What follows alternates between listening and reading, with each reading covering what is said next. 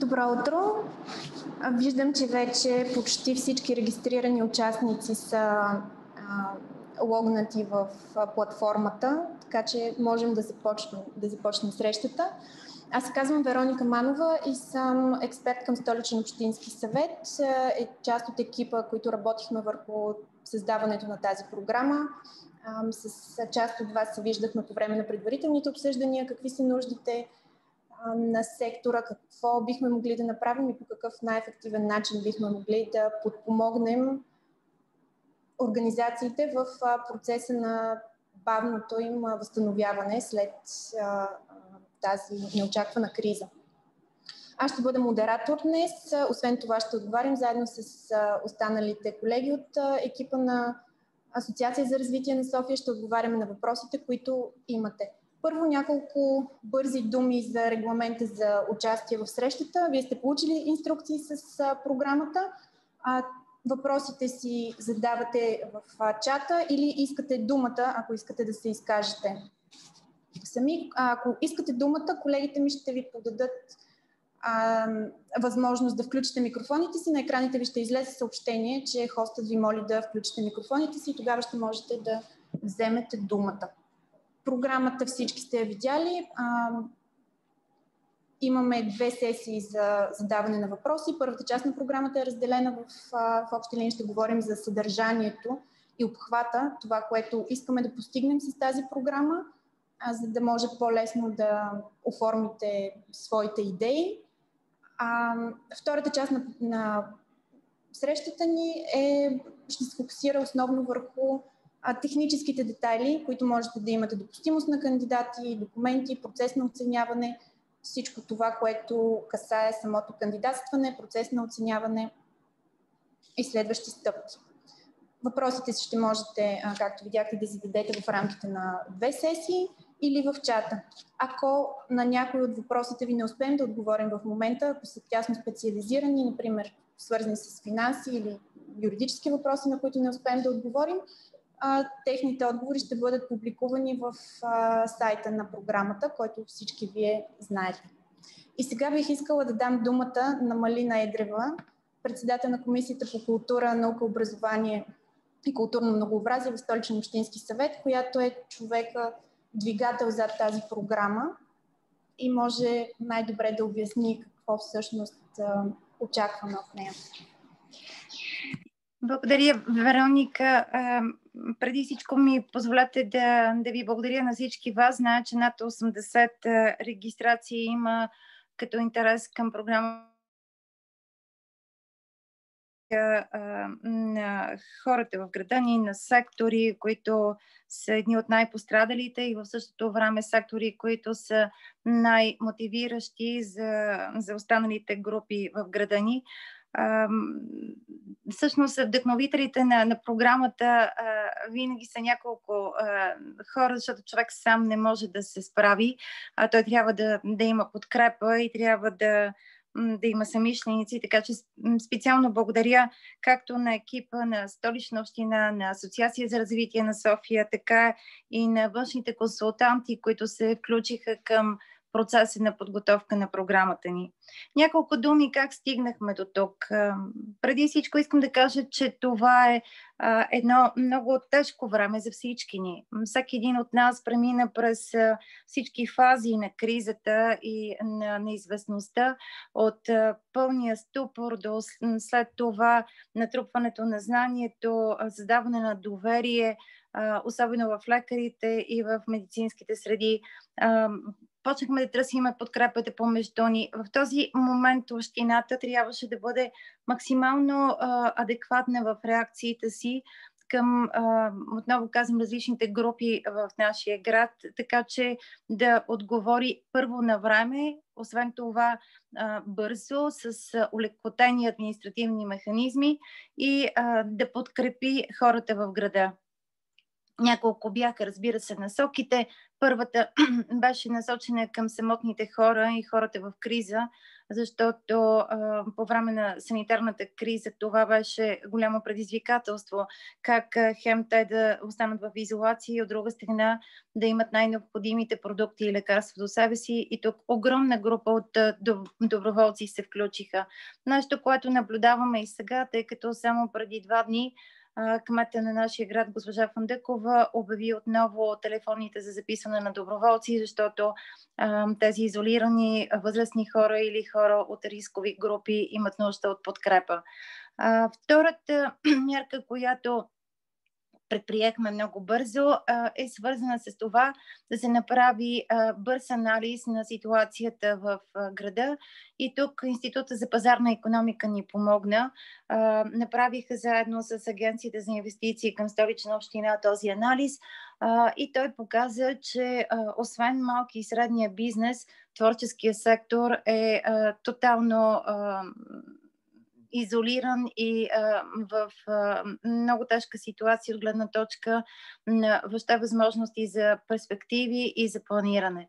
Ето защо като общински съветници, заедно отново казвам с самишлениците, с които работим, ние създадохме, конституирахме програмата Солидарност в културата и тя беше конкретно насочена именно към творческия сектор.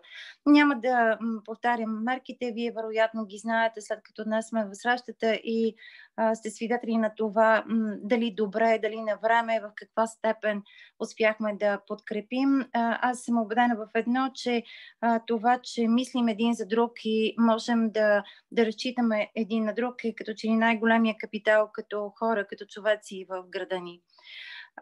Когато стартирахме програмата Солидарност в културата, вече започнахме да мислим за това, че има и следващ етап и то е нормално от сега да започнем подготовката за него. Това е, ние го нарекохме възстановителния период. Днес виждаме, че възстановителният период е всъщност отново толкова неясен и толкова нужен за изследване и за намиране на добри решения, защото до ден днешен нямаме нито решенията за лечение, нито за ваксина и най-вероятно това ще е период, който ще продължи, казват учените, в най-добрия случай до края на пролетта на следващата година. Ние им стискаме палци, защото това са, разбира се, ключови решения и възможности за справяне по най-добрия начин с санитарната и здравната криза. Обаче, през цялото това време ние си дадохме сметка, че в града ни съществуващите и работещите организации, както от гражданския сектор, така от творчески и културния, така от микропредприятията и общностните такива граждански инициативи като групи в различни места на града ни, всъщност те са двигатели и те имат нужда от това да бъдат малко подкрепени, за да могат да осигурят адаптивност и гъвкавост по време на този период на възстановяване. Тоест, ако първата ни програма беше насочена към спасителни мерки, да ги нарека така, то тази програма е насочена предимно към развитие и укрепване. Ето защо ние разделихме програмата на 2 основни направления. Първото направление е свързано с дигитално адаптиране и постигане на устойчивост на организациите. Веднага ще дам пример. Дигиталната среда не е само електронна среда. Ние видяхме, че учителите реагираха абсолютно на време, адекватно, бяха през цялото време със своите ученици, но те имат нужда от подкрепа за такава среда, в която действително да има платформи, върху които се работи, да бъде интерактивно, а не само екран в екран един с друг. Видяхме също така, че културният сектор, творческия сектор има нужда от това първо да запази заетостта, в сектора. И второ, да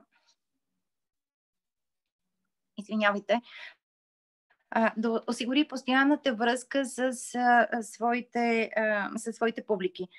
Считаме, че ако общината бъде в този вид помощ на сектора през проекти, които ще бъдат представени, ние бихме могли да дадем възможност за много по-сигурна среда в месеците, в които отново ще има нужда за по-голяма дистанция и по-голям, надявам се, не до затваряне, но до така или иначе съобразяване с условията.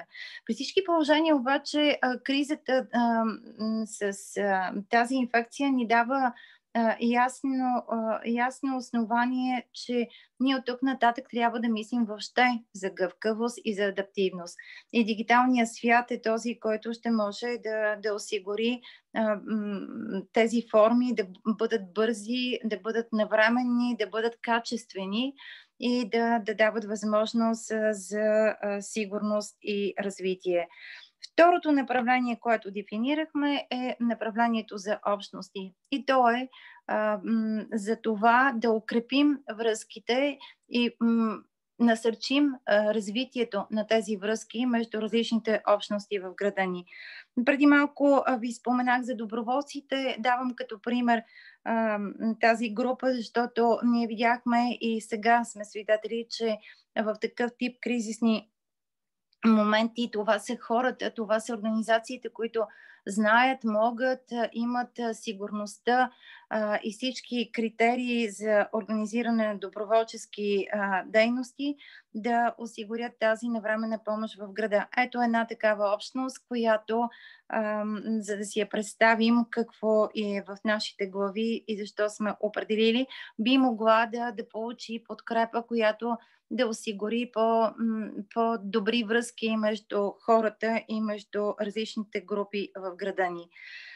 През цялото време обаче си давахме сметка, че тъй като сме изправени наистина в ситуация с много предизвикателства и в годините, работейки в дигитални трансформации, нямаме достатъчно знание, нямаме достатъчно сигурност в това дали и как дигиталните продукти да бъдат най-ефективни. Ето защо направихме един трети компонент на програмата. Той се нарича менторство и тези от проектите, които ще бъдат селектирани, ще могат през цялото време да ползват менторските, не искам да ги наричам съвети, по-скоро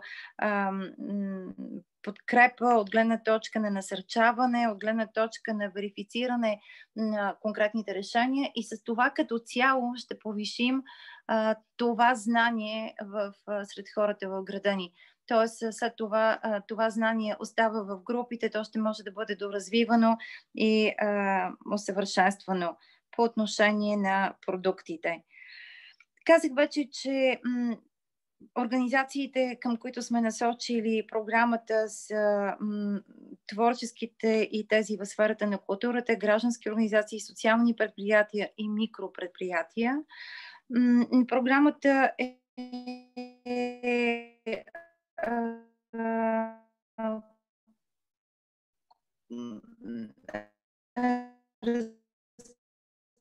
разпределена като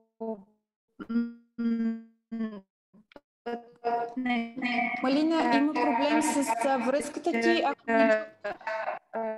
изключиш камерата си, защото има проблем с интернета.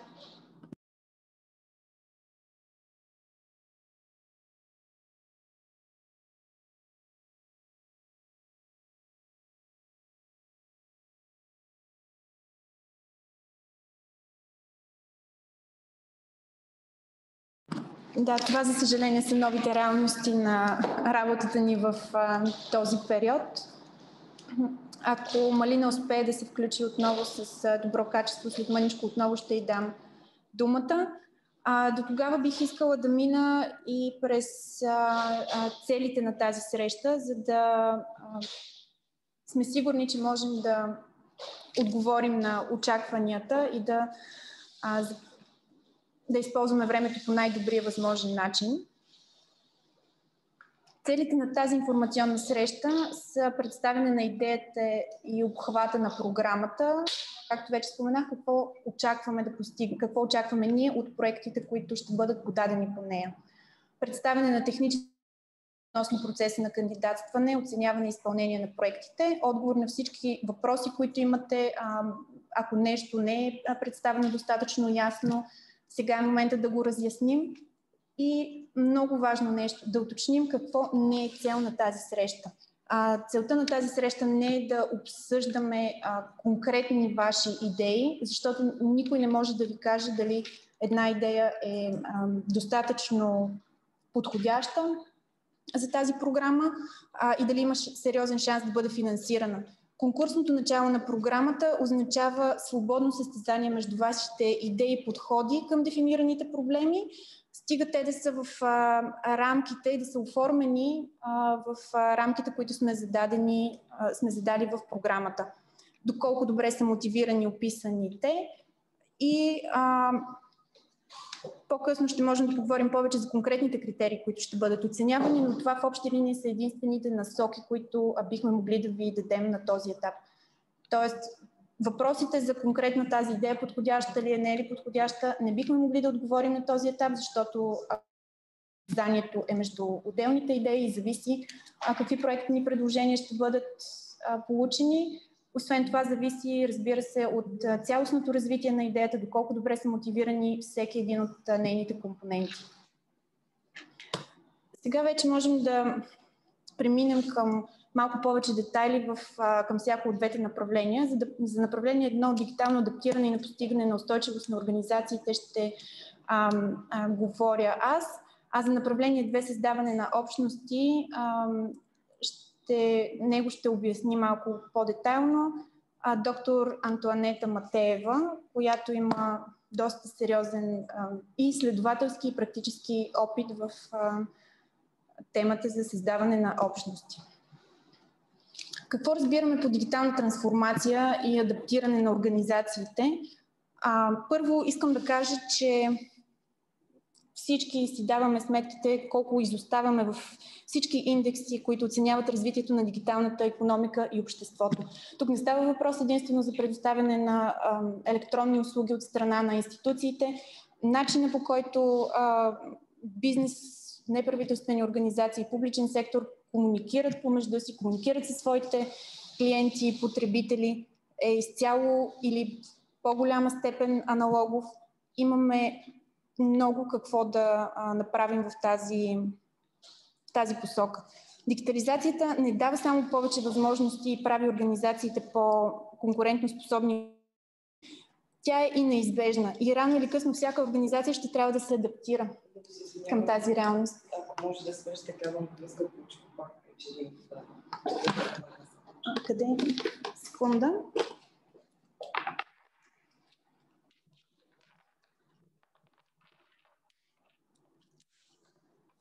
Надявам се сега връзката да е по-добра и всички да чувате по-ясно. Според анализ на Българската търговска и промишлена началото на кризата, 31% от фирмите определят своето ниво на дигитализация като начално, а 29% заявяват, че не правят нищо конкретно в областта на дигитализацията. И причината за това са най-често липса на средства, други приоритети, липса на подготвени кадри, нежелание на персонала да се обучава. Изхождайки от тези данни и от данните, които се събират в индекса за дигитално развитие на обществото и икономиката, ние се опитахме да зададем основните рамки на това направление. Какво очакваме и какво можем да постигнем. В контекста на програмата не целим просто финансиране на закупуване на някакви на техника или някакви други активи, нито предоставяне на еднократен дигитален продукт като средство за оцеляване на организациите в този тежък момент, който за съжаление, още не е отминал. Тук ключовата дума е устойчивост. Това, за което ще следим най-вече в всеки един от проектите, е доколко проектното предложение ще доведе до качествена промяна в бизнес модела, в начина на функциониране на организацията, в продуктите, които в бъдещата дейност на всяка една от организациите. Разбира се, ние си даваме сметка за размер на финансирането, че не можем да очакваме безкрайно много, но все пак ще търсим възможно най-ефективното разходване на тези средства. Вероятно сте видяли в насоките за кандидатстване, че задаваме 3 възможни направления в дигиталната трансформация. Тези 3 направления ги посочихме по-скоро като ориентир, като някаква рамка. Те в никакъв случай не са задължителни и не е задължително да се опитвате да дефинирате своята проектна идея в един или в няколко от тези аспекти, от тези направления. Те са потребителско, организационно и продуктово. Отново казвам, те са само за ваш ориентир, какви рамки поставяме и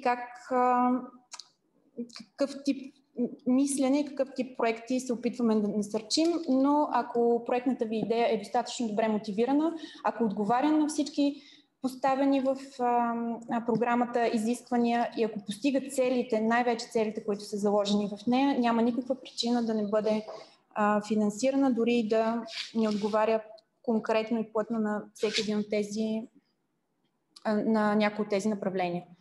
Потребителският аспект се отнася най-вече до начина, по който вие достигате до традиционните си клиенти или потребители, както и на възможностите да привличате нови. Най-общ пример, въпреки че през цялото време ще се опитваме да даваме примери, за да не насочваме в една или друга посока мисленето ви, но един нагледен пример са онлайн стриминга на театрални представления и други културни продукти, които видяхме през последните няколко месеца. Освен че позволяват да се продължи под някаква форма дейността на конкретните културни оператори, в времето на физически ограничения, това позволи да се достигне и до нови публики.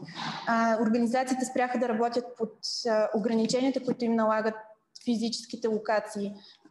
Брой места, това къде се намира, как се стига, успяха да разширят значително своите публики.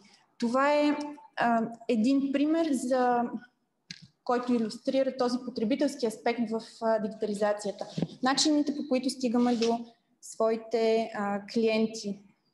Организационният аспект касае изцяло начина на функциониране на организацията ви.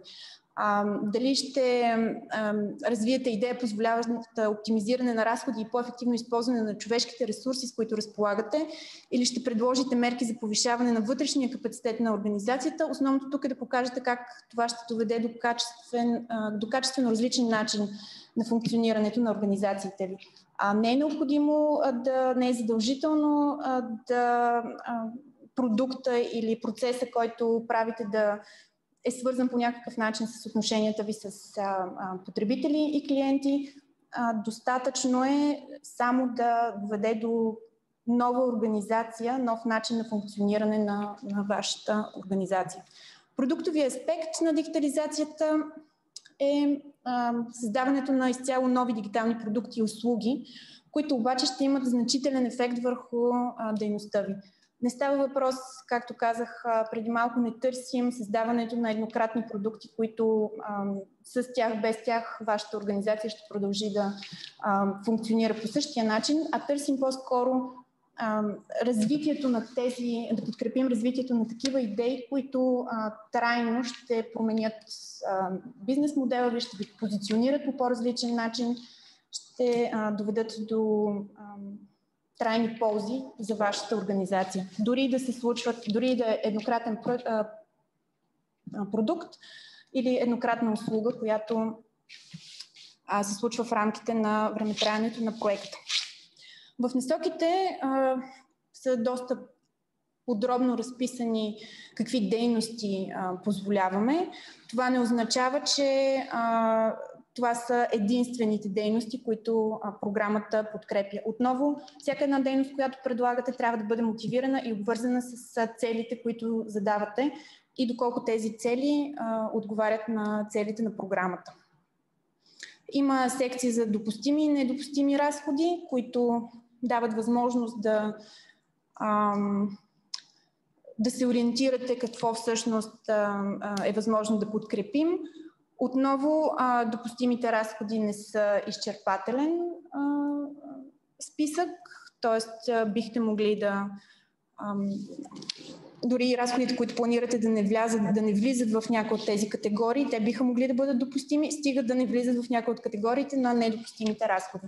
Тоест, когато планирате бюджета си, а и не само него, цялостния проект, обърнете много внимателно внимание на това какво не подкрепяме и какво не финансираме.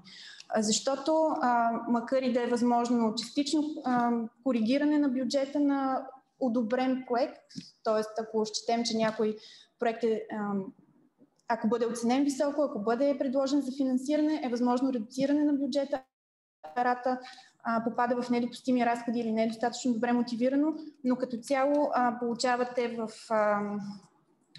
процеса на оценяване получавате точки за реалистичност на бюджета и адекватност на неговата подготовка, така че обърнете внимание на недопустимите разходи. Вече ако имате някакви конкретни въпроси по тези категории, ще имаме възможност да ги обсъдим след малко. Това е най-общо, което можем да кажем за това направление. Цялостната идея беше да зададем една по-широка рамка, която даваме си сметката в някои ситуации може да изглежда незавършена, но основната идея е да позволим максимално разгръщане на идеи, да отговорим максимално много на нуждите, които организациите ви биха могли да имат. И сега бих искала да дам думата на доктор Матеева, която надявам се е все още на линия, за да ви кажа малко повече за направление 2 или как развиваме една общност.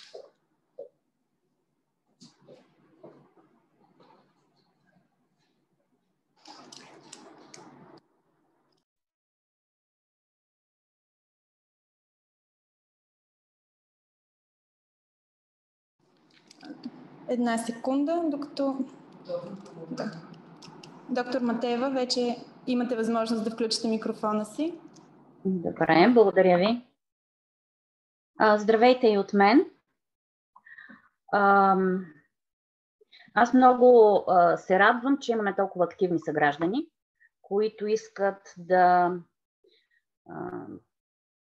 позволят на своите съграждани да преминат през тази криза по един по-лек начин и да позволят възможностите, които дава тази криза, да бъдат оползотворени. Моята задача за направление 2 е развитието на общности.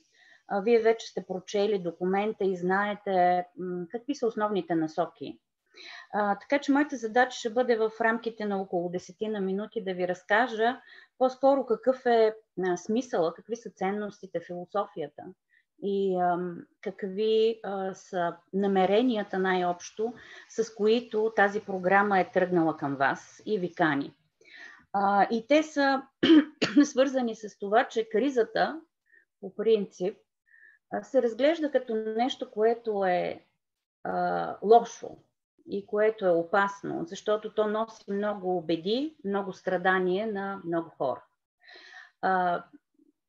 Независимо каква е кризата, дали е природно бедствие, дали става дума за финансови кризи или в момента каквато е биологичната криза, винаги изследванията показват, че тези групи в общността, които по принципи в добри времена и в устойчиви времена преживяват ограничения, изключени са и са на по-ниско ниво със социалния си статус, в ситуациите на криза се влошават още повече. Така че за нас става ясно, че трябва част от нашите граждани да бъдат солидарни с други части от нашите граждани, които изпадат в още по-тежко състояние, отколкото са били преди. Именно поради тази криза. И аз затова ще обърна внимание на това много добро заглавие за кризата като възможност, защото въпреки тези лоши последици от кризите, кризата може да бъде и голяма възможност за една общност. Тя може да даде възможност да започне тази общност да мисли по различен начин, да се свързва помежду си по различен начин, да промени статуквото, което има в момента и да позволи нови възможности и ресурси да бъдат разкрити. Всъщност една криза е проверка за това една група от хора, която живее заедно някъде, дали наистина е общност или не. Изследователите на общностите смятат, че една жизнеспособна общност има 3 основни характеристики. И това е много важно да го знаем, защото вие може да ориентирате проектите си към развиването на 1, 2 или 3 от тези характеристики. И първата от тях, това е кохерентността на една общност.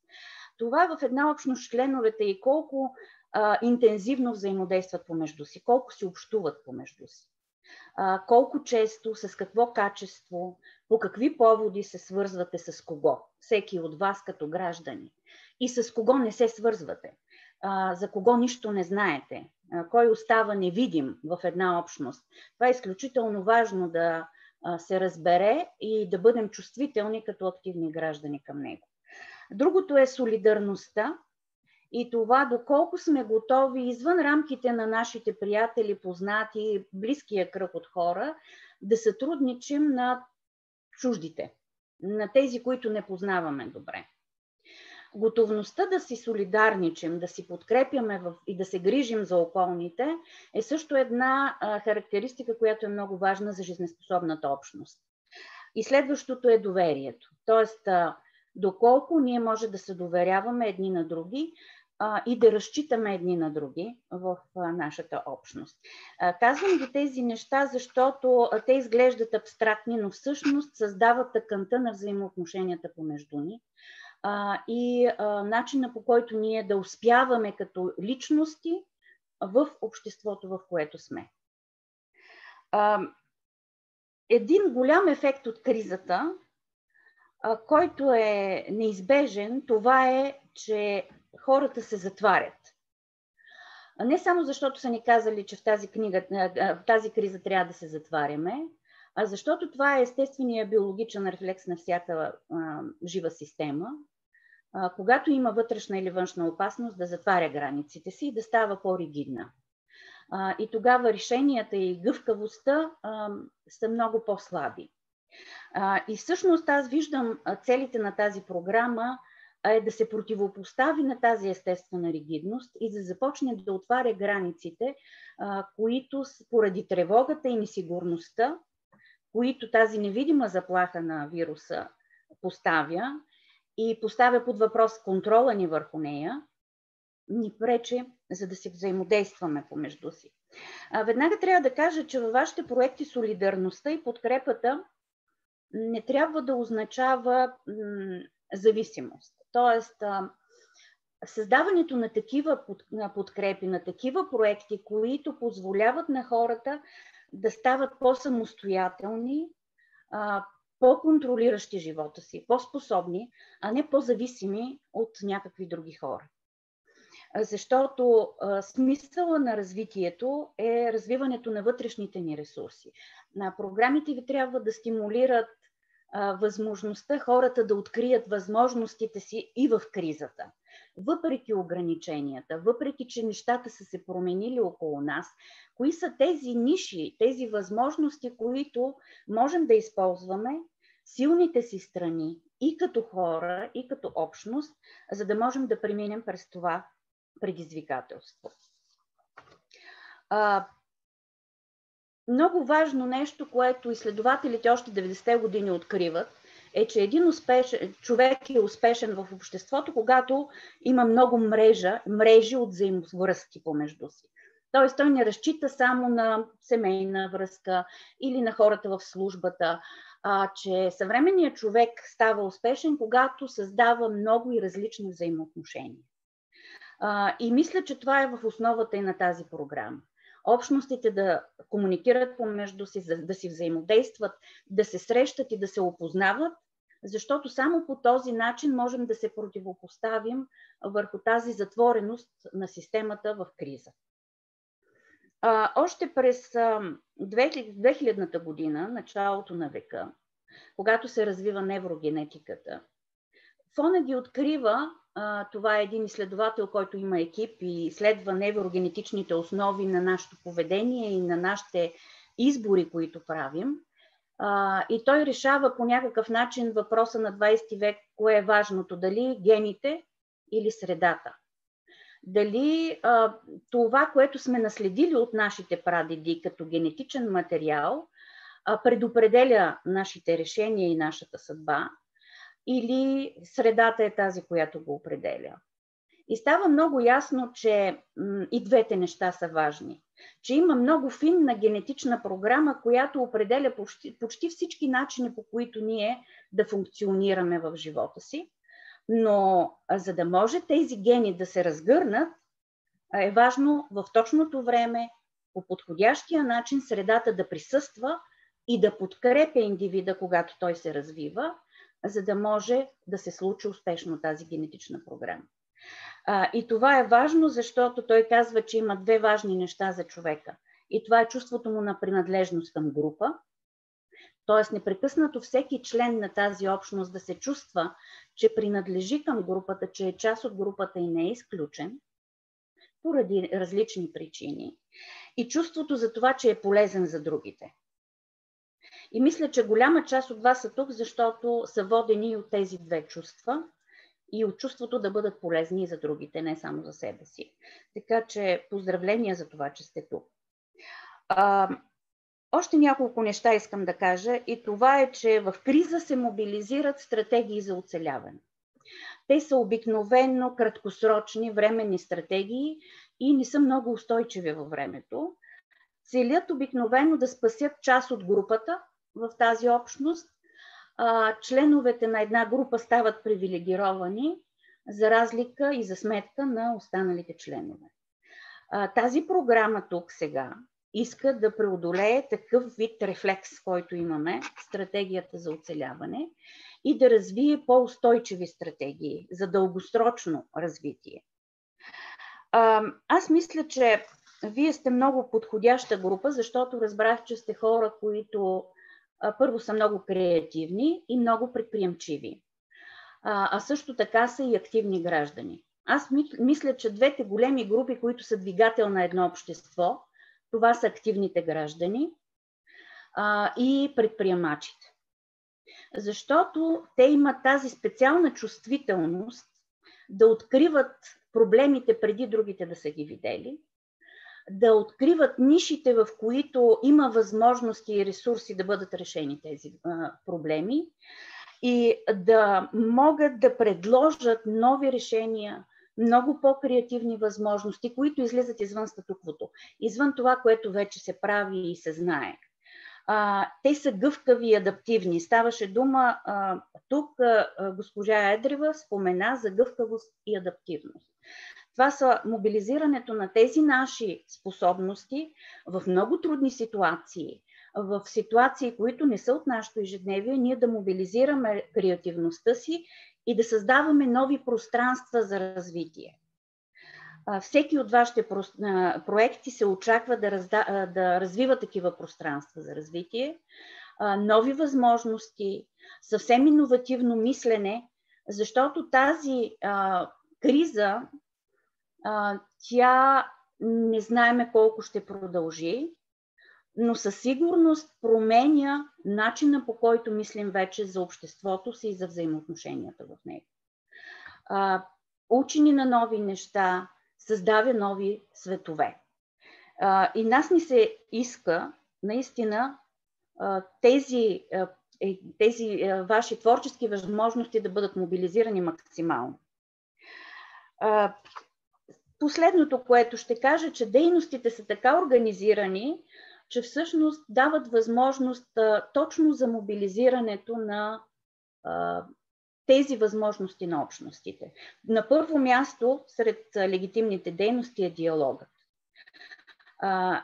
За да могат различните групи в нашата градска общност да се опознават и да си взаимодействат конструктивно, а не разрушително, това означава да влизат в диалог помежду си. Тоест, част от проектите трябва да създават такива пространства за диалог, за среща между различни групи, които може да не се познават, може да са в опозиции помежду си. Тук са споменати, разбира се, поколенчески различия и така нататък, но диалог, който да бъде фокусиран около общи проблеми, общи възможности за решения, общи интереси и общи ценности. Втората дейност, около която може да организирате вашата работа, това е взаимното учене. Всяка криза ни поставя пред въпроси. Загубваме възможността да решаваме нещата по обичайния начин. И само ученето помежду си, кой как се справя, какво е това, което него му помага, може да позволи от кризата. Така че пространства за взаимно учене, обмен на идеи са също сред възможностите, които може да развиете. И третата степен на взаимодействие в една общност, това е директното сътрудничество и партньорство по каузи, които са смислени и които развиват възможностите на тази общност. Те могат да развиват вътре общността, но също така и между различните подобщности, подгрупи вътре в тази общност. За това се насърчава в проектите да има среща между различни групи и те да си партнират по общи каузи. Споделянето на ценности е изключително важно, защото кризата поставя под въпрос базисни наши принципи, вярвания, които имаме. Мобилизира много дискриминативни рефлекси. Рефлекси да обвиняваме, знаете как е с черната овца, да се намери някой, който е виновен. Винаги в ситуации на тревога групите реагират, като излъчват такива врагове, вътрешни или външни врагове. Смисъла на тази програма е това да бъде премахнато, намалено, минимализирано възможно и да се създадат пространства за обратното, за обсъждане на ценности, за договаряне на различни гледни точки помежду си, за взаимодействие и правене на неща в реалността. Да има ясни действия, които да са и против агресията, която винаги е част от кризата. Разрушителността и агресията са един естествен начин, по който част от нас реагират на тревогата от това, че са загубили контрола си върху себе си и върху света около себе си. Така че мобилизирането на силните страни, на ресурсите и възможностите, срещата между групите, намаляването на възможността агресивното и разрушителното да владее отношенията помежду ни, мисля, че е задачата на тази програма, която е изключително похвална. И затова аз ви пожелавам така приятно приключение и съм радостна, че за малко съм част от тази инициатива и че нещо от моите думи ви е било от полза, за да може да си направите добрия избор и доброто предложение. Бъдете успешни и креативни. Благодаря ви.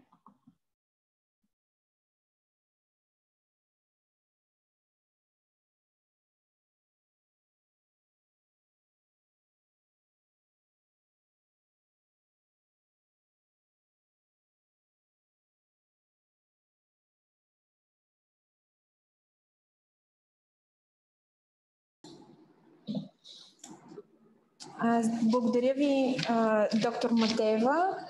Сега по програмата е предвидено в момента да можете да задавате въпросите си, свързани с обхвата по програмата, не техническите въпроси, които, както виждам в чата, доста въпроси вече сме събрали. Така че, ако имате някакви въпроси към доктор Матеева или по отношение на обхвата и допустими разходи и дейности по първото направление, сега е момента да ги зададете, а след това ще продължим с детайлите, които вълнуват всички ни по отношение на кандидатстване, допустими кандидати и процес. Виждам Дени Андонова вдигнала ръка на камерата. Сега ще ви дадат възможност да мютнете микрофона си.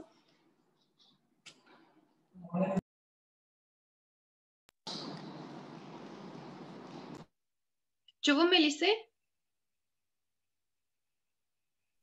Да, чувам ви. Заповядайте. Благодаря ви много. Прекрасна инициатива. Надявам се сега да направим прекрасна реализация на различни хубави проекти. Имам следния въпрос. На мен не ми стана ясно какво всъщност се изисква от нас. И подозирам, че при много от хората, които сме в групата днес в дискусията, също е така. Защото някои от нас имаме малки микропредприятия, други обаче имаме и фондации, кои са с приоритет, неправителствения сектор или какво да направим. Защото аз в момента имам проект по програма Европа 2020 година. Мога ли да продължа този проект през тази инициатива или не? Ето такива въпроси ме интересуват. Как можем да направим така, че максимално да се възползваме от тази прекрасна инициатива и да създадем работещи, устойчиви проекти? Не се дава приоритет тип организация спрямо от друг тип организация. Всичко зависи от качеството на проектното предложение и неговото съответствие с критериите. Едно уточнение, което е важно да направя в момента.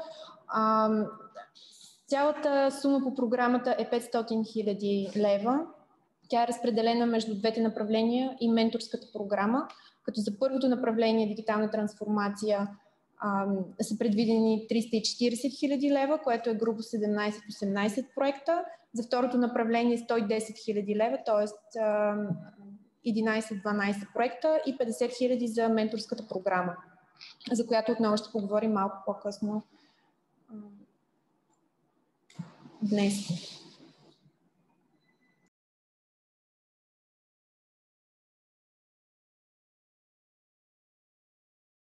Надежда Маринова, мисля, отново вдига ръка. Сега ще имате възможност да вземете думата. Здравейте, чуваме ли се? Да. Един въпрос. Как ще бъдат оценявани във връзка с това, което току-що казахте за разпределение на финансовия ресурс? Ще бъде ли изчакан, всъщност ще се изчакали целият период да се видят всичките, да бъдат оценени по точки, да бъде подредено по низходящ, възходящ ред или първи подал, първи одобрен? Не, ще бъде, има обявен срок за кандидатстване до 16 ноември, който след като той изтече, проектите ще бъдат оценявани и ще бъдат класирани според точките, които са получили.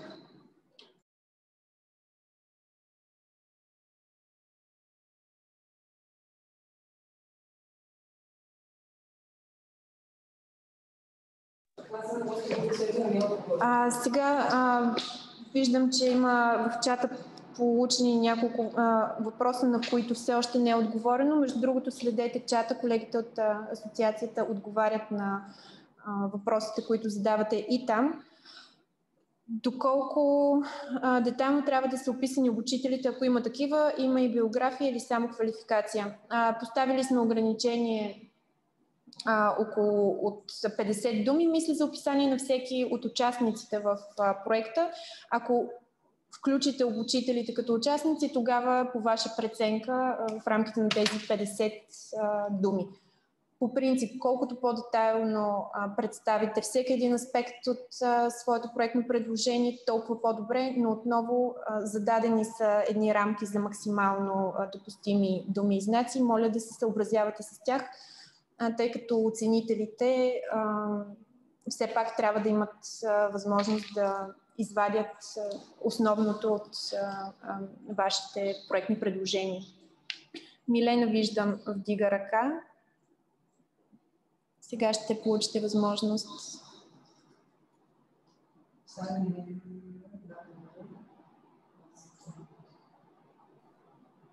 Здравейте!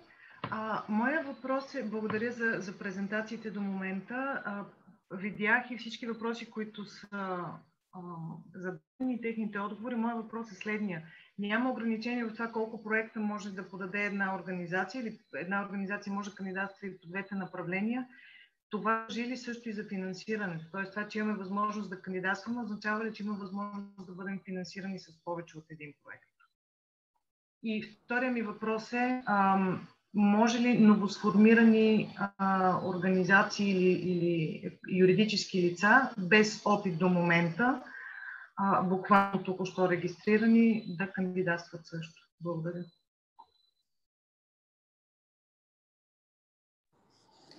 Няма поставено ограничение в кандидатстването. На организациите съответно няма и ограничение в финансирането. Ако двата проекта са достатъчно добри, те няма причина да не.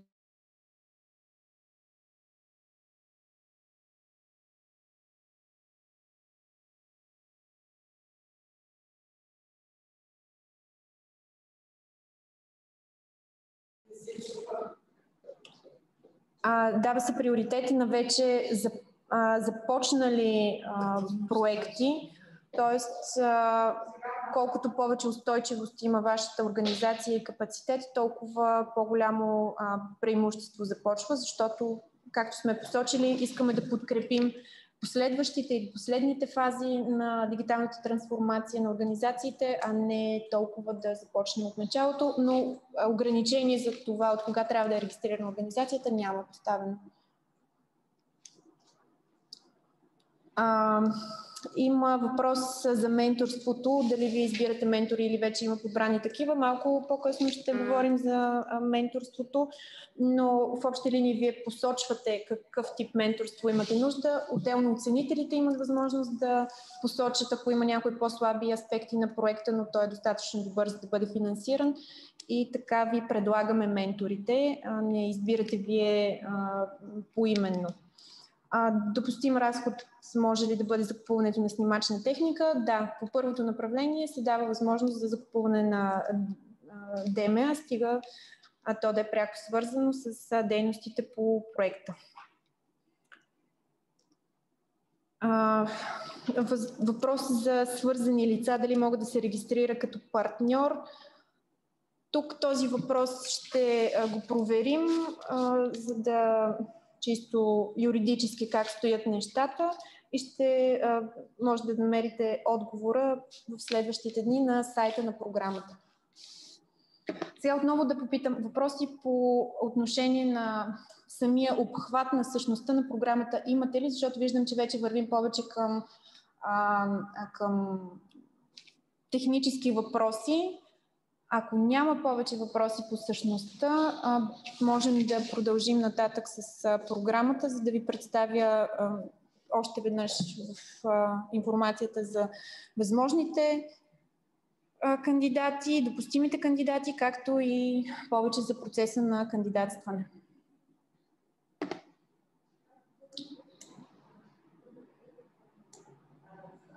Може ли партньорите да бъдат чуждестранна организация? Виждам тук отдолу, да, няма поставени ограничения за това. Добре, аз не виждам въпроси по отношение на същността на проектите,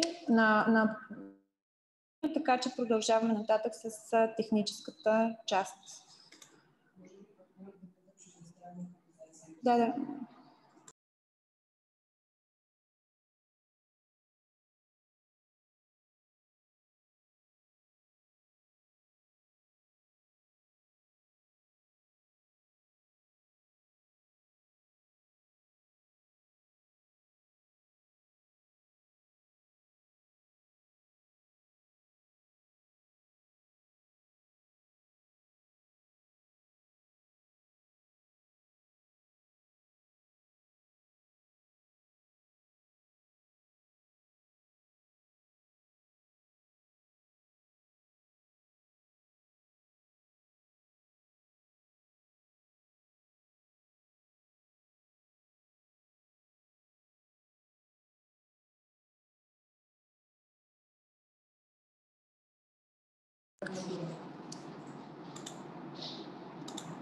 Така, за кои организации е предназначена програмата? Има няколко ограничения, които сме поставили. Първо, трябва да бъдат регистрирани по Закон за юридически лица с нестопанска цел в обществена полза. Вече имаше въпрос дали могат в частна полза да кандидатстват. Не, те не са допустими кандидати.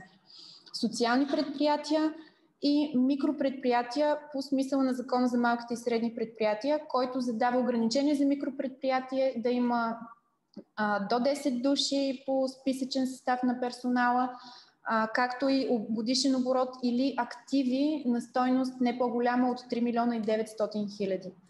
Освен това, тези организации, регистрирани по този начин, трябва да развиват дейност в сферите на образованието, културата, социалното предприемачество, екология и опазване на околната среда, здравеопазване или социални услуги. Или под развиващи дейност това не означава само да бъдат регистрирани с тази сфера на дейност, тъй като доста организации се регистрират с по-широк, избират повече теми за своята дейност. Трябва да има доказана дейност в тези сфери, за да бъдат допустими като кандидати. Освен това, въпреки че няма изискване организациите да бъдат регистрирани в София, е много важно те да развиват своята дейност в София. По отношение на организациите, които предоставят дигитални продукти, те трябва поне да имат офис или някакъв, тъй като имаше и такъв въпрос за организация, регистрирана в Пловдив. Тоест, важно е да се види връзката с града ни и развитието на услугите и икономиката тук. Виждам, че има въпрос, някой вдига ръка. Василена? Здравейте, да, аз също още беше на предния етап, но сега се така за друго. Благодаря ви много още веднъж. Исках само наистина за сферата на дейност да попитам, нали се чуваме?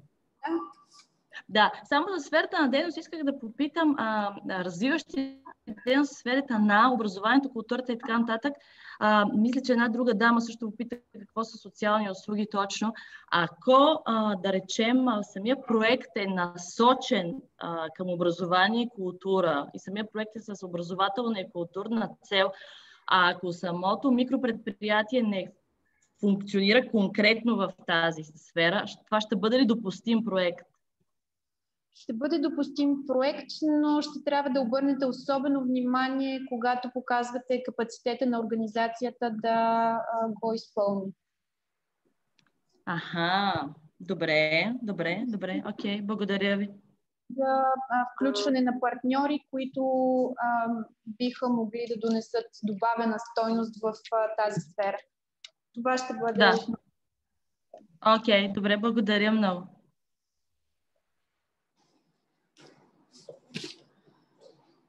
Така, по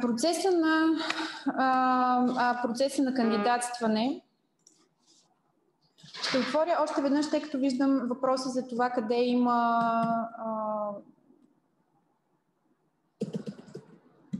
къде могат да бъдат намерени бланките. Ще отворя още веднъж сайта, за да ви покажа точно откъде можете да свалите всички документи, които да попълните. Документите ги попълвате отделно и след това прикачвате файловете. Избрахме този полудигитален начин на кандидатстване, за да ви улесним максимално, защото понякога се случва, особено попълвайки проекти в последния момент, да има натоварване на системата, част от информацията не се запаметява и кандидатурата остава непълна. Има линк към... в момента в чата можете да видите линка към всички документи.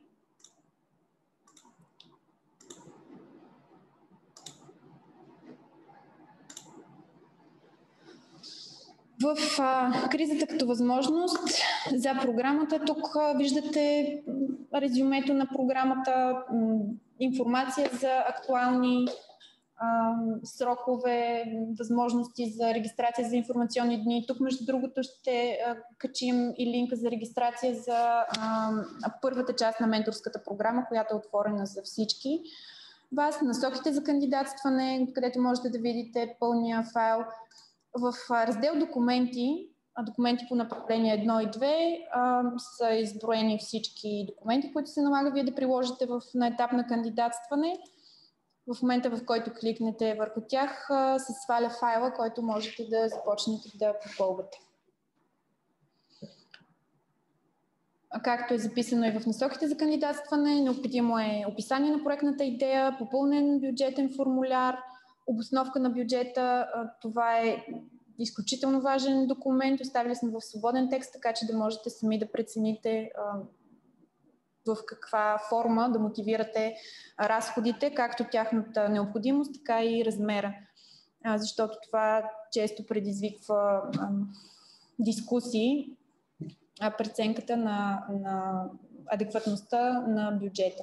Декларации за ангажираност и доброволно участие, декларация за покриване на специфични изисквания, която също се налага да ни изпратите подписана. Декларация за партньорство, само ако е приложимо. Не е необходимо да попълвате тази декларация, ако нямате партньори по проекта. Същото нещо е и за направление 2. Въпроси и отговори. Ето тук вече можете да се запознаете с зададените до момента по имейл въпроси.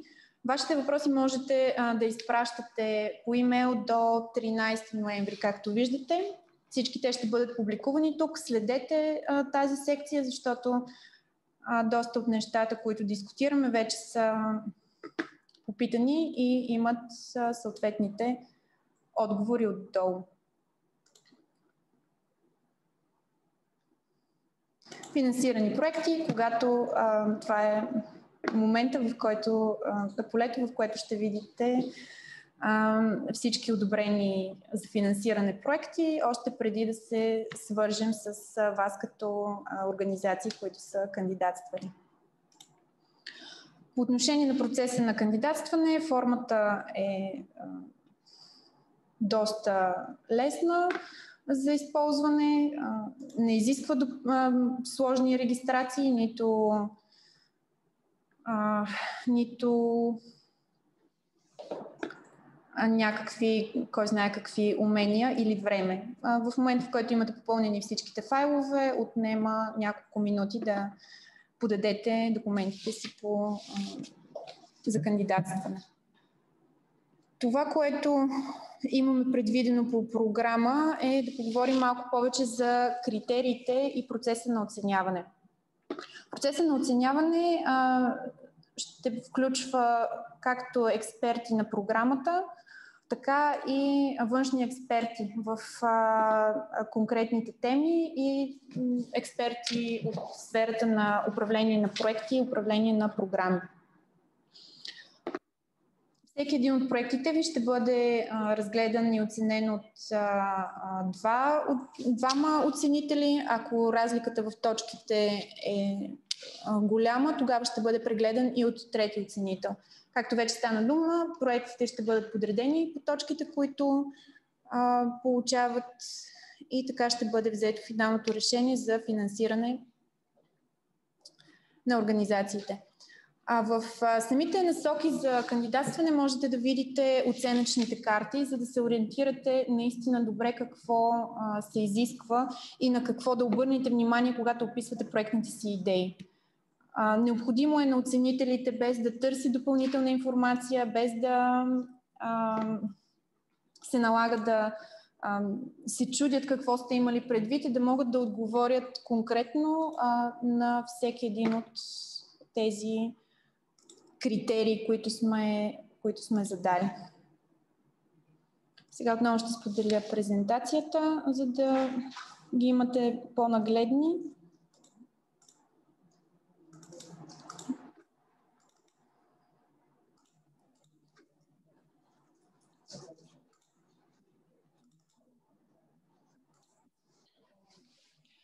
Критериите за оценка са разделени в 7 групи. Те са еднакви за двете направления, но има разлика в тежестта на всеки от критериите между двете направления, както и някои малки разлики в конкретните показатели, които се включват в всеки един от критериите. Първият критерий, разбира се, оценка на проектната идея, доколко тя допринася за изпълнение на целите на програмата и доколко проектът е в духа на програмата и на конкретните цели на всяко от направленията. Следващия критерий – оценка на целите и дейностите. Там включва те да бъдат ясно формулирани и да са свързани, да се вижда ясно връзката между планираните дейности и целите, които са посочени, да може да се прецени доколко тези дейности ще доведат до резултата, който планирате, което е и втория показател, който се оценява в това направление.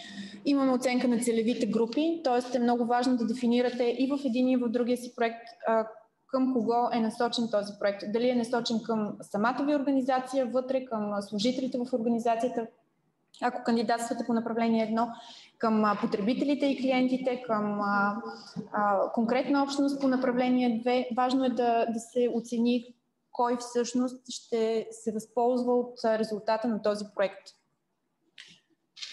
Определянето на целевите групи трябва да бъде да мотивирате по възможно най-добрия начин какви са потребностите на целевата група, за да се прецени доколко проектът ще отговори на тези потребности.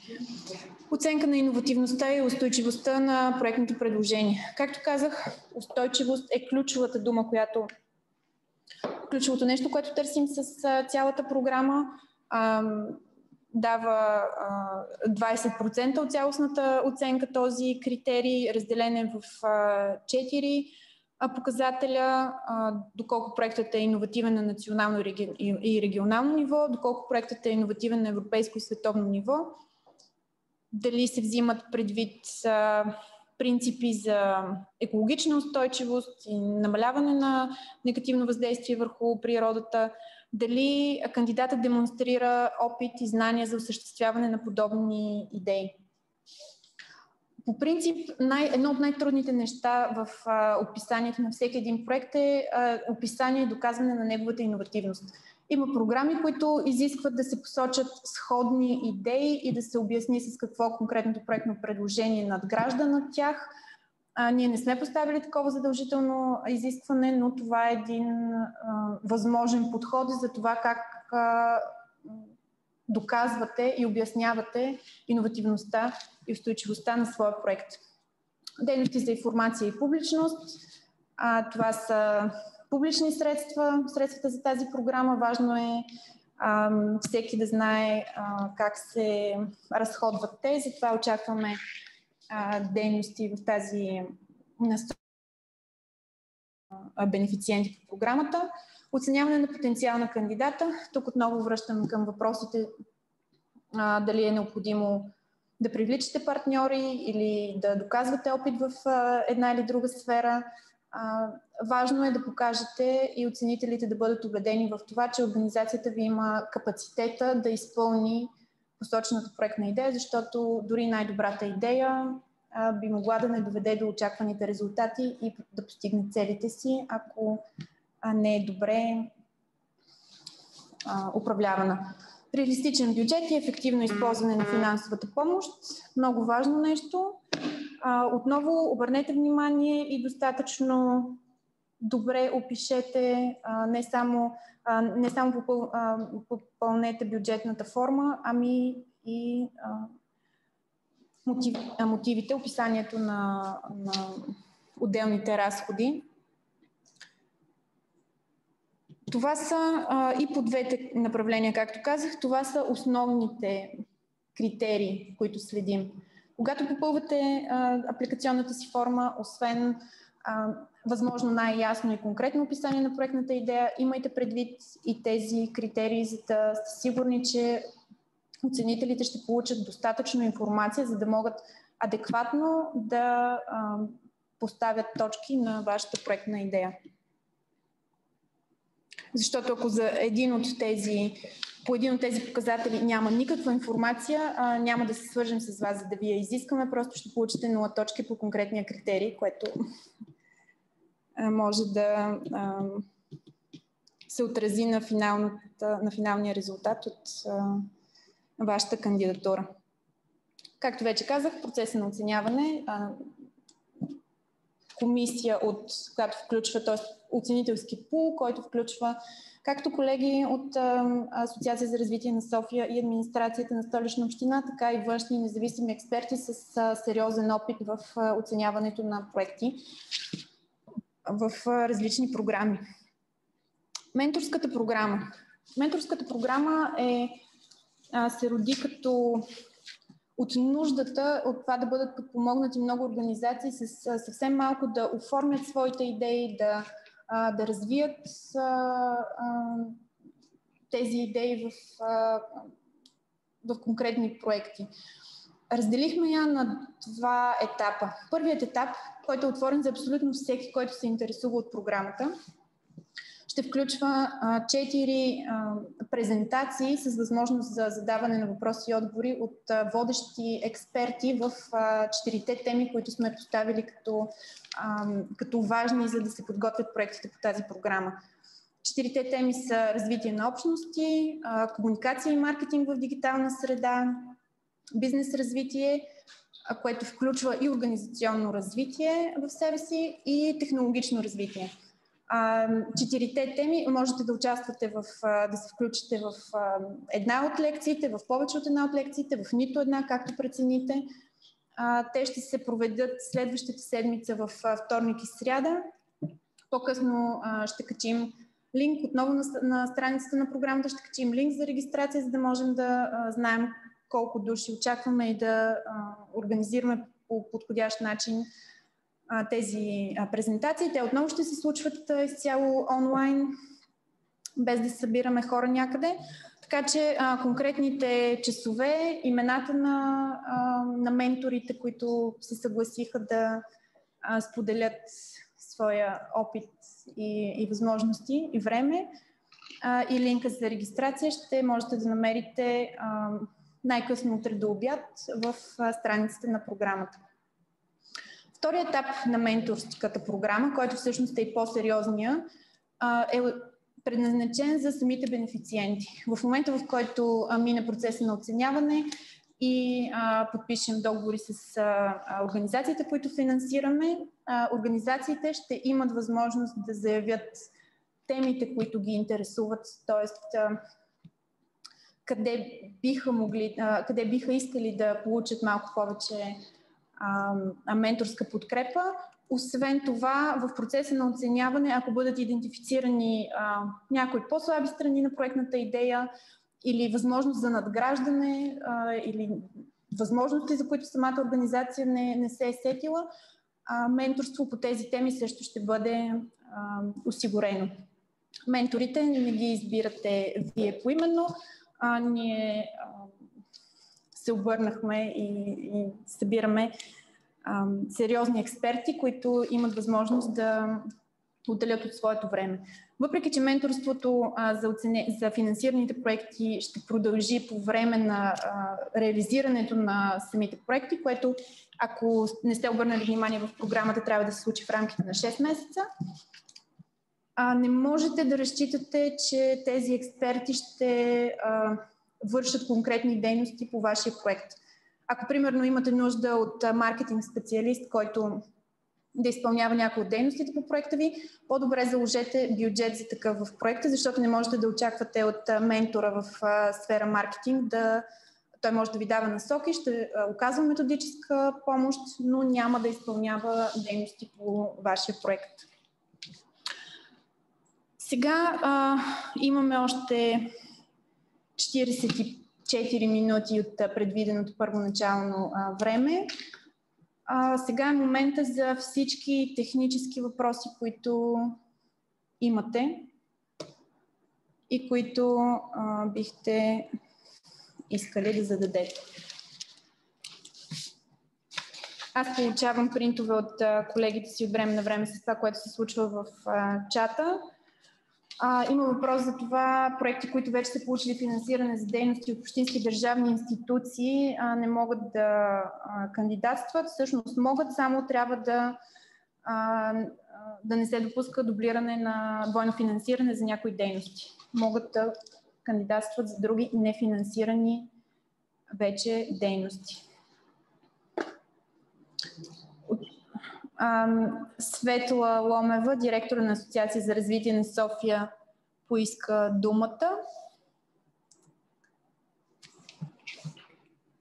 Заповядай.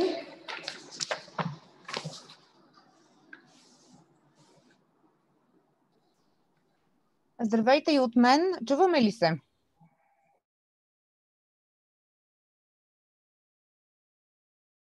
Да, така че бих искала аз да й дам няколко секунди почивка и да споделя мнението си по въпроси, които бяха задавани, докато тя презентираше. По отношение на въпроса колко партньори и това дали носи точки. Тоест, ако имате повече партньори, дали това ще донесе повече точки, това зависи от самия кандидат. Няма такова изискване в програмата, така че вие преценяте дали да имате един партньор или повече партньори, или изобщо да нямате партньори. Само обръщам внимание, че декларацията за партньорство, която е публикувана на страницата и вие сигурно вече сте я видяли. Ако имате повече партньори, понеже мястото за качване на документите е само едно, така че ако имате повече партньори, просто сканирайте декларациите за партньорство в един файл и ги качете, ако, разбира се, имате повече от една декларация. Дейността на организацията дали трябва да съвпада с кода на основната икономическа дейност на организацията в Агенцията по вписванията. Вероника вече обърна внимание. Добре е организацията да покаже своя капацитет, своя опит до сега, макар че, както виждате, изискването е не само свързано с организации, които имат опит, може да е създадена и сега организацията, така че тук по-скоро бихме казали, би било добре да е свързано с този код, но няма такова изискване. Дали организацията, ако има спечелени проекти до сега, това носи допълнителни точки. Много е важна мотивировката, много е важно целите, какво си поставяте като цел с изпълнението на този проект, как това ще допринесе за устойчивостта на организацията. Тук искам да споделя и нещо, което ние в екипа много пъти сме си го мислили. Тази програма е голямо предизвикателство както за организаторите, така и за организациите, които ще бъдат финансирани, които ще спечелят проекти, защото добрият пример, който добрите резултати, които ще се постигнат с тази програма, могат да бъдат една много мотивираща възможност за много други организации, които няма да бъдат финансирани или които също са в такава тежка ситуация, но добрият пример от тези проекти би могъл да бъде мотивиращ за тях. Така че това предизвикателство се надявам да можем заедно да се справим с него. Така, колегите вече отговориха. По отношение на подадените проекти, вие получавате това, което сте подали, включително с всички PDF документи или снимани или в формат на снимка. Всичко това, което подавате в системата, го получавате и на вашия мейл. Така че имате пълен контрол върху и доказателство за това какво вие сте подали в системата. Може ли платформата... може ли да се прави платформа? Не си спомням целия въпрос. Дали могат да разработят платформа по направление 1? В началото казахме, че няма да говорим за конкретни идеи, проектни идеи, така че по-скоро, ако вие аргументирате, че тази платформа ви е необходима, разбира се, тя ще бъде оценена от оценителите. Има ли набиране на външни оценители. Предвид кратките срокове, ние сме се обърнали към всички организации, които разполагат с пул от оценители, така че те действително са с изключително богат опит. И Вероника вече каза, че всеки проект ще бъде четен от двама експерта, като ако има разминаване в оценките с повече от 30%, то тогава проекта отива при арбитър. Това казвам по отношение на въпроса каква е скалата, дали един оценител слага оценка 5 или 8. Тоест, в случаите, когато оценката на двамата експерта е повече, различава се повече от 30%, то тогава отива този проект при трети оценител. И най-накрая предстои и по него планираме да има и дискусия защо оценителите са дали въпросните оценки. И съответно всеки проект ще получи мнението на оценителите. Тоест всеки, който кандидатства, ще получи напътствията на оценителите, мнението на оценителите, така че ще може да вземе предвид някой от препоръките на оценителите. Дали може да има експерти чуждестранни граждани? Да, разбира се. Вие избирате какви да са експертите. Има ли изискване за обем, формат на проекта? Цвети Топалска. Цвети, препоръчвам ви да погледнете апликационните форми. Да, има такова изискване. Ние няма как да контролираме броя думи, които са посочени в апликационните форми. Разчитаме на вашата коректност, защото, както видяхте, проектът се подава в PDF формат. Партньорите могат ли да получават бюджет? Зависи от вас, както вие си планирате, разбира се, но ние подписваме договор с организацията, която кандидатства, а тя от своя страна, каквото е заложила в бюджета си, може да го изпълнява. И по отношение на менторите и менторските сесии, всичко се записва. Този информационен ден се записва и ще бъде качен. Следващия информационен ден се записва и ще бъде качен. Менторските сесии също ще бъдат записани и ще бъдат качени в страницата на проекта, както и всички въпроси, зададени по мейла, се публикуват в страницата на проекта с цел максимално информацията да достигне до всички кандидати. Аз това си бях записала, в момента не следях колко нови въпроси дойдоха, така че моля колегите да вземат от тук нататък думата. Благодаря, Светла. Имаме въпрос, който отново възможно ли е да се кандидатства с вече разработен дигитален продукт. Още веднъж да кажа, нямаме за цел да обсъждаме конкретни идеи. Ако успеете да мотивирате проектното си предложение по начин, по който отговаря на целите, зададени в програмата, това би могло да се случи или не. Сферите на дейност, които показахте, ограничават допустимите кандидати. Да, трябваше да поставим приоритет върху някои сфери на дейност, но микропредприятие книжарница, мисля, че все пак влиза в категорията организации, които работят в сферата на културата. Въпросът е как се поставят оценките, експертна оценка или с скала. Всеки един от критериите има определена тежест, но разчитаме на компетентността на експертите, които между другото оценяването на проектите е анонимно, експертите не знаят чий проект разглеждат в момента и поставят своята експертна оценка на база на информацията, която се съдържа в проектното предложение и общите точки, които са предложени които са заложени за всеки един от критериите. По какви критерии се оценява организационния капацитет?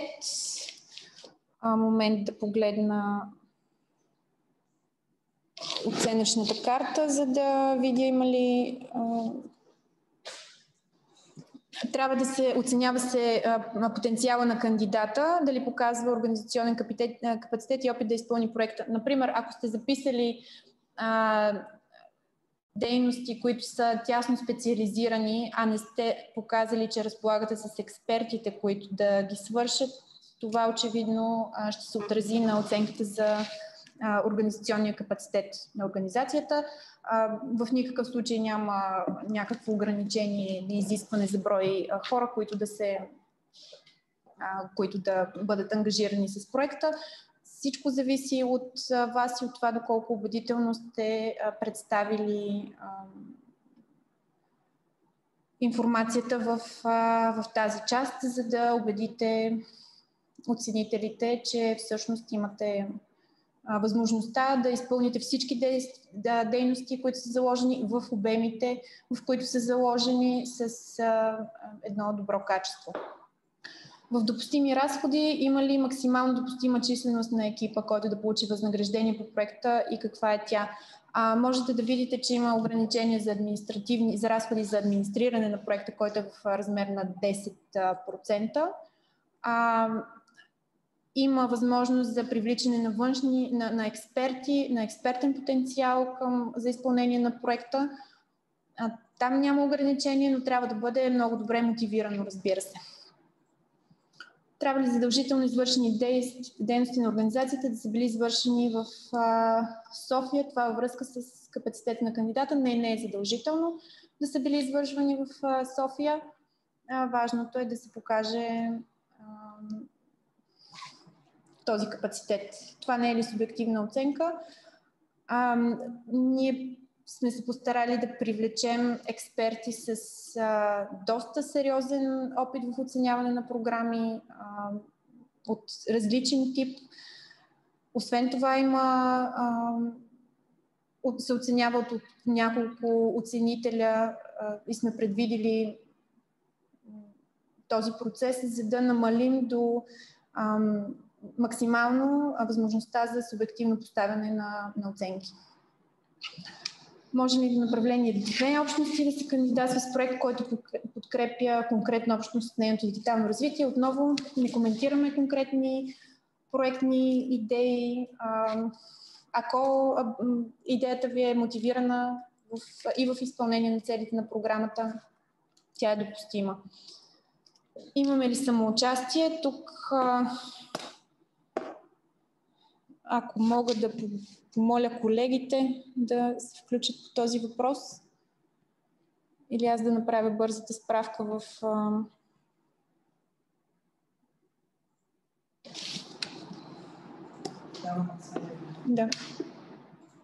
Да, Светли, заповядай. Под самоучастие се има предвид дали е необходимо съфинансиране на проекта. Предполагам, че това пита Дени Андонова. Не, няма такова изискване. Програмата няма изискване да има съфинансиране. Ако вие имате, обаче, понеже имаше много въпроси, ако вие имате друго финансиране, до сега няколко такива въпроса има. Финансиране проекта, само че за определени кратки, по-малко дейности, е необходимо много добре да разграничите дейностите, които са намерили финансиране до сега, и тези дейности, за които се кандидатства с цел избягване на двойно финансиране. Иначе не се изисква самоучастие и самостоятелно да имате някакво ваше участие с финансирането. По отношение на следващия въпрос на Павлина Филипова, как ще става анонимно оценяването и едновременно ще се доказва капацитет на организацията? Това, което ще получат оценителите в електронната форма, вие попълвате данните на вашата организация електронно и добавяте всички останали документи в PDF, така че оценителите ще получат документите, които сте приложили в PDF, където по същество говорите за проектната идея и за вашата организация. По отношение на направление 1, колкото и да искахме да бъде изцяло анонимно, това няма да е възможно. Точно за това ние даваме на двама оценители. Това не е само по направление 1, и по направление 2. Двама оценители оценяват проекта и съответно готовност за трети оценител. Както и след това дискусия с оценителите, защо това е тяхното мнение, и в тази дискусия, ако и третия оценител има разминаване отново, то тогава предстои тази дискусия. Относно външните експерти, не се отговори дали трябва да се посочват просто вида експерт или да напишете няколко думи за точния експерт. Ако вие обаче на ниво кандидатстване нямате идея за такъв експерт, то тогава е добре да опишете какъв точно експерт ви трябва и как той действително ще помогне за изпълнението на проекта. Не видях изискване за CV-та на служители, които доказват опита и експертизата за извършване на дейности. CV-та не е необходимо да бъдат прилагани, но е добре с няколко думи да опишете хората, които ще работят по този проект. Цяло дълго CV, както му казваме, е добре да пишете кратко байо на хората, на експертите също. Когато знаете кой е експерта, не е необходимо да прилагате цяло CV. Ако проектът не бъде одобрен, как гарантирате, че идеята няма да бъде открадната и реализирана с бюджета на тази или друга програма? Сложен въпрос. Всички оценители подписват декларация, че ще спазват, ще гарантират, че няма да бъде изнасяна информация за идеите, които са прочели в проектите. Но в моята практика има доста сме се занимавали с обучения и когато човек се страхува да сподели идеята си, че някой ще му открадне, то вярвайте ми, това не е най-добрият вариант. Човек, който има идеи, няма само една идея, той ще може и след това да ражда много повече идеи. Така че, що се отнася до ангажиране на оценителите и на всички, които са в програмата, всички мерки ние сме взели да не се изнася информация, но не можем напълно да гарантираме, че някой няма да открадне идеята. Както казваше и един мой професор преди години, ако аз съм се сетил за нещо, то съм сигурен, че в София поне още 100 човека са се сетили за това.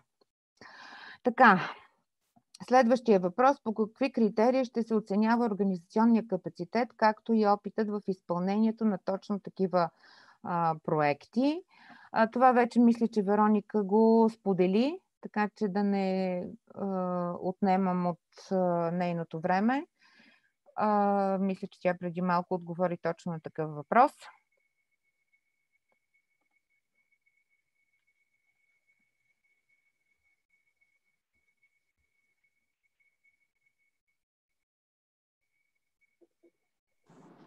Някакви други въпроси? Тайна комисия или ще се публикуват имена? В момента, в който мине процеса на оценяване, ще се знае кои са били оценителите. Преди това няма да публикуваме имената, за да не бъдат поставени хората на натиск, да кажем най-общо казано. Това е стандартна практика в подобен тип програми. Дени Андонова виждам на камерата, че вдига ръка. Благодаря. Още не ми е 100% ясно след тази среща. По първото направление, аз като фондация, кандидатствайки, трябва да гарантирам моята устойчивост като фондация или това, което правя като обществото, така да го вплета в това, което ще става въпрос моя проект, че и като фондация, и като каузи, които развивам, да бъдат устойчиви. Нещо ми се губи, защото има възможност и ДМА да се купуват и така нататък. Обаче, извинявам се, ако въпросът ми е много глупав и го задавам вече втори път, но все още не мога да хвана истинската, как да кажа, цел на програмата. Дали самите организации да се справим по време на COVID или да предлагаме услуги, продукти, дигитални инструменти, които да помагат на другите за това. И на какво, разбира се, ще се гледа с по-добро око и ще се оцени по-добре. Ако вашата организация спре да функционира и съответно да предоставя тази услуга, това няма да е полза от никого. Това не означава, разбира се, че трябва проектната ви идея да бъде фокусирана изцяло и само върху вашата устойчивост и да изключва развитието на някакви продукти и услуги за потребителите ви. Тук се опитах, вероятно не съм успяла достатъчно ясно да обърна внимание на трите направления, трите аспекта, които сме сложили като някаква рамка, подсещане по отношение на дигитализацията, че може да фокусирате проекта си върху предоставянето на услуги за вашите потребители, клиенти, или върху някаква вътрешна трансформация на организацията, така че това да доведе до по-голяма устойчивост на самата ви организация, или някаква комбинация от двете неща. Това зависи от вас. Критериите са, минахме през тях еднакви за всички. Няма приоритизиране на типа, няма критерий, който да приоритизира по някакъв начин едната цел по-високо от другата. Ако дейностите са започнали към момента на подписване, разходите по тях ще бъдат ли признати? Признават се разходи, направени след подписване на договора. Това е категорично записано. Светла, заповядай. Само да споделя тук, че ние имаме готовност всички договори да бъдат подписани на одобрените проекти от 1 декември. Ако случайно някой от организациите трябва да дава допълнително документи и може да ги даде на 2 или на 3 декември, то има такава практика в Европейската комисия и ние сме я възприели, че договорите започват да текат от 1 декември, независимо ако бъдат подписани на 4, 5 или 6 декември. Така че всички разходи могат да бъдат смятани, че са окей за проекта, ако са направени след 1 декември.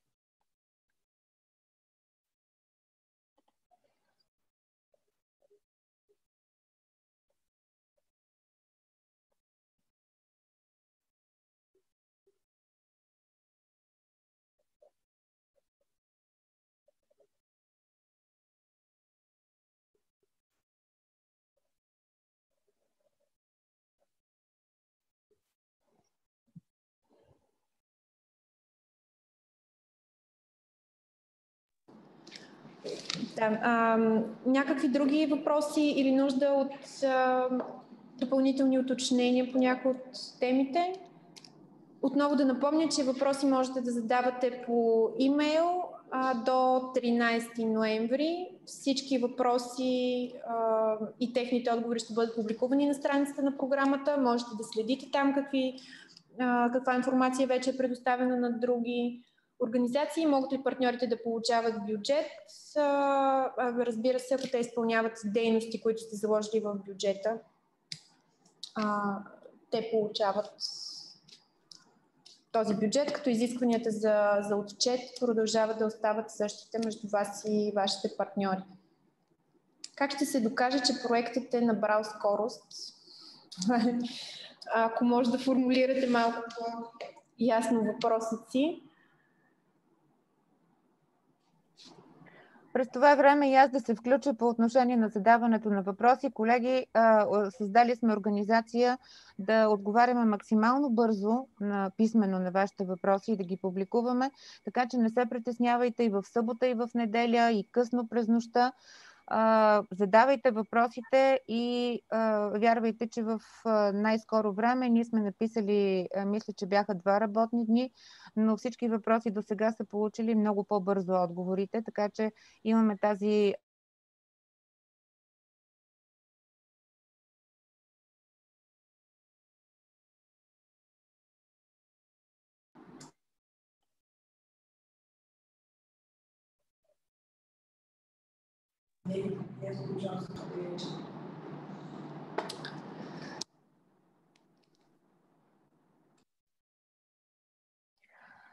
По отношение на това как ще се докаже, че проектът вече е набрал скорост, това зависи от вашата аргументация в описанието на проектното предложение. Ако, както до сега имаше такива въпроси, започната е някаква но има нужда за допълнителни дейности, за развитие на проекта, то вие всичко това може да го опишете в самото описание на проектното предложение. Така че много внимателно преценете как ще аргументирате вашата проектна идея и как ще разпишете и как ще обясните, за да бъде разбираемо, за да бъде ясно, и в същото време съветвам ви, колкото и да е голямо предизвикателство, но винаги е предизвикателство да се пише кратко и да се говори кратко. Така че спазвайте все пак ограничението, което е сложено като изискване за определен брой думи в описанието на проектното предложение. Все пак оценителите ще бъдат доста затруднени, ако вие надскочите неколкократно това, което е записано в апликационната форма.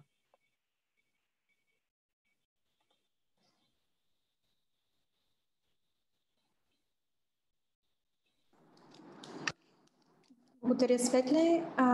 Други въпроси не виждам в чата. Не виждам и някой от...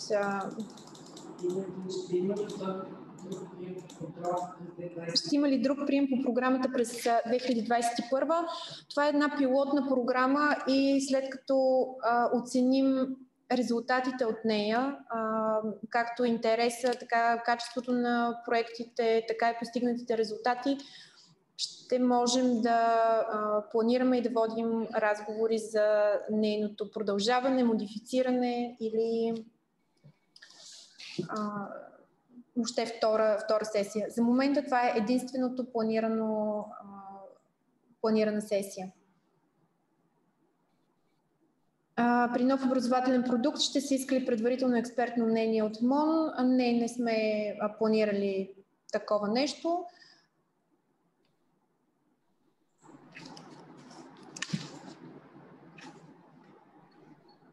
Това вече е ангажимент по-скоро на училищата или на организациите, които ще използват този продукт. А и ваш ангажимент при неговото разработване да сте сигурни, че той ще е полезен, подходящ и ще стигне до така зададената целева група.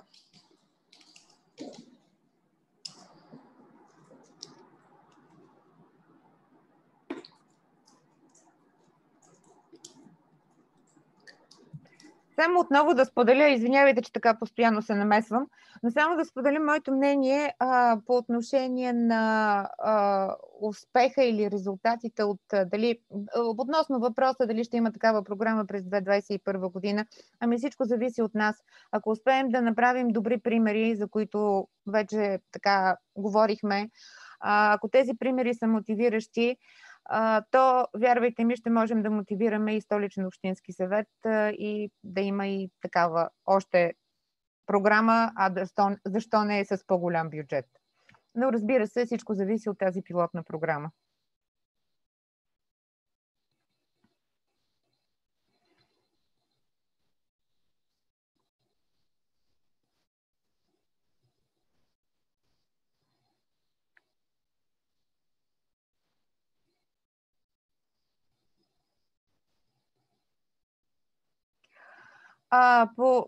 Рони, пак взимам думата относно въпроса, който Пламен задава, и е много прав да го задава този въпрос, защото ние много се чудихме дали можем да направим това, защото е голямо предизвикателство. Пламен, какво да ви кажа? Не е между 16 и 30 ноември, ами между 16 и 27 ноември, защото на 27 ноември ние ще обявим финансираните проекти. Голямо предизвикателство е, много добро планиране, много добра организация от наша страна. За сега всичко върви добре и се надявам това предизвикателство, което сме си го поставили, да успеем да го направим успешно. Така че да, кратки са сроковете, но всички си даваме сметка, че те са кратки. Даваме си сметка, че в момента тази програма е много необходима на много повече организации, отколкото ще бъдат финансирани по програмата, за съжаление, но такъв е бюджета. Така че се надявам, че ще се справим. И затова молим ви от името на оценителите, спазвайте ограничението за броя думи при описание на проектните ви идеи.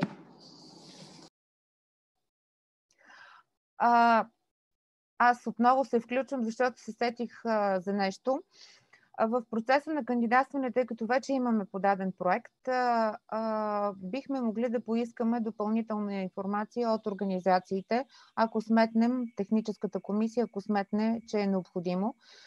Така че имайте предвид, ако техническата комисия прецени, ние ще се свържим с вас и ще поискаме допълнителна информация. Става въпрос по отношение на техническите параметри за юридическия статут на вашата организация и за дали изпълнявате действително критериите, защото не всичко се оказа, че може да бъде проверено в Агенцията по вписвания и в така останалите чрез интернет, дали ще можем да проверим цялата информация, така че има и такъв вариант. Но това не можем да кажем в момента с сигурност кога и как ще бъде. По-скоро в процеса на работа ще се свързваме с вас, ако е необходимо. Отново виждам въпрос дали е възможно една организация да кандидатства с различни проекти по двете направления. Да, възможно е. Имаме още малко време, така че ако някой се сети за нещо друго, което иска да попита, тази сесия, цялата информационна среща се записва. Тя ще бъде качена на сайта на програмата, така че ще има възможност да се връщате, а и организациите, които проявяват интерес по някаква причина не са успяли да се включат днес, ще имат възможност да се видят и да получат отговори на своите въпроси. Втората сесия ще бъде същата като първата. Въпроси има ли смисъл да се записваме из нея. Просто предложихме две възможности, за да успеем да стигнем до максимално много организации. Ако отново се задава въпросът, ако проектът не бъде одобрен, как гарантирате, че идеята няма да бъде открадната? Отново, както и Светла Ломова каза, всички оценители и ментори след това по програмата подписват декларации за неразпространяване на данни, на информация, която им е станала достъпна по време на процеса на оценяване. Няма как да гарантираме на 1000%. Отново, ако има сериозни притеснения за това, че идеята може да бъде открадната, може би подобен тип програми с подобен тип финансиране не са най-добрия вариант за развиване на тази идея.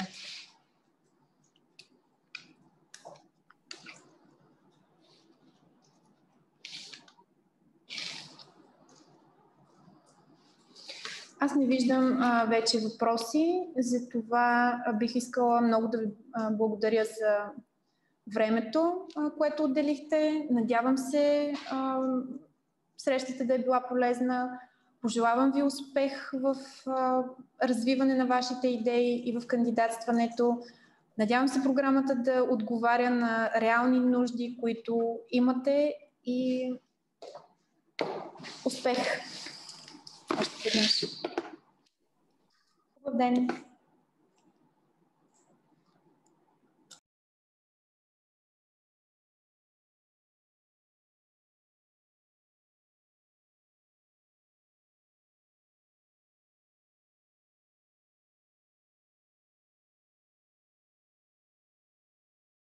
един последен получен въпрос. Каква е целта на 4 теми от менторите? Е да ви помогнат да оформите отделните аспекти на своите проектни предложения, да ви дадат малко по-сериозна практическа и практическа информация по отделните теми и някакви насоки, които бихте могли да използвате при развиване на проектната си идея.